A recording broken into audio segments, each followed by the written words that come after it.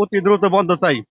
মহাসড়ক, ঢাকার যে মহাসড়কে যে সকল থ্রি হুইলার যানবাহন গুলো চলছে, এগুলো এমন একটি পরিস্থিতি এখন ক্যান্সার রোগে আক্রান্তর মতো, যে প্রতিনিয়ত কিন্তু বেড়ে যাচ্ছে, এটার কোনো চিকিৎসা হচ্ছে না। আমি কয়েকদিন আগেও বলেছি জন্ম নিয়ন্ত্রণ প্রয়োজন। এই জন্ম নিয়ন্ত্রণটা হচ্ছে হর হামেশে যেখানে সেখানে হচ্ছে এখন গ্যারেজ নির্মাণ হচ্ছে, এবং গ্যারেজ থেকেই এই গাড়িগুলোকে কিন্তু এখন মানে বানানো হচ্ছে, যেখানে কোনো বুয়েট পরীক্ষিত না, বিএসটি অনুমোদন নাই। সুতরাং সংশ্লিষ্ট যে দপ্তরগুলো আছে, প্রশাসন আছে, তারা যদি এটাকে নিয়ন্ত্রণ করতে না পারে, একটা সময় যায় দেখবে যে এই সড়কে বড় যানবাহনের তুলনায় ছোট যানবাহন এত পরিমাণ বৃদ্ধি পেয়েছে, কখনোই বড় যানবাহন চলাচল করতে পারবে না। এবং আমরা অনেক সময় দেখি যে বড় যানবাহনের চলাচলের জন্য যে মহাসড়ক গুলো আছে, সেই মহাসড়ক গুলোতে আপনার ভ্যাট ট্যাক্স দিয়ে কিন্তু এই পরিবহন গুলো চলাচল করে, বিআরটি কে। কিন্তু এই ছোট যানবাহনের জন্য কিন্তু আলাদা কোনো এ ধরনের কোনো আইন নাই, কিন্তু তার হর হামেশাই চলছে।